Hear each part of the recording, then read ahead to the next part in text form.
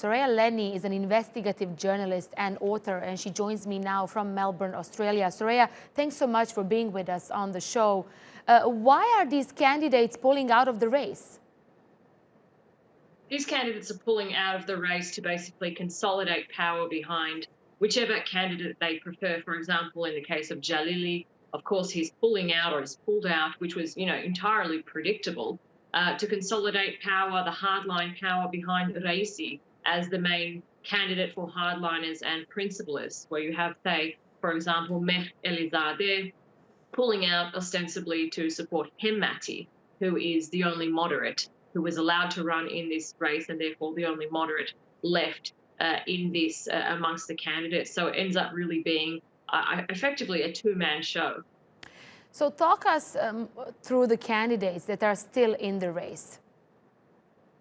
So there are four candidates left in this race, as I mentioned, Hemmati being one of them. Hemmati was the former boss of the Central Bank of Iran. He's an economist. He has extensive economic experience. He was also a former journalist at one point in his life, and he's also he's a moderate.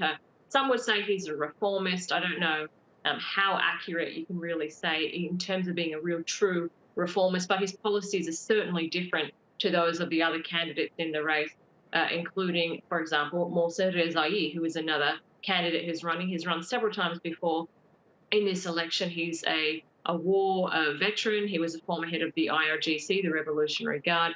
He's also in the Expediency Council. He's had some extreme policies, I suppose you would say, opposition to the JCPOA. He's advocated hostage-taking for economic benefit, for example. They're just two of the candidates. We also have Raisi. As I mentioned, he's the judiciary chief of Iran. He used to head one of the most powerful charity organizations in the country as well. And he's probably the most high-profile candidate in this race, or at least who was allowed to run. So his path to the presidency was a lot easier than everybody else's. Soraya, there's been a lot of criticism about these elections. Some even question the legitimacy of the vote itself. What's your take on that? That's a really good question, because how can you have an election where no candidates are allowed to run who represent the majority view of Iranians? Because I think in the last elections, what we've seen consistently is Iranians prefer moderation, Iranians want reform. And when you don't have a candidate who expresses those views or holds those views, therefore you don't have a representation of the majority of the people. So I think that's one of the biggest problems that we have here. And that also, of course, equates with the widespread voter apathy that we've seen in the run-up to this election. And then, of course, when all those candidates were culled, therefore, in the aftermath, there's widespread apathy. And I think that's going to show in what is predicted to be a historically low turnout.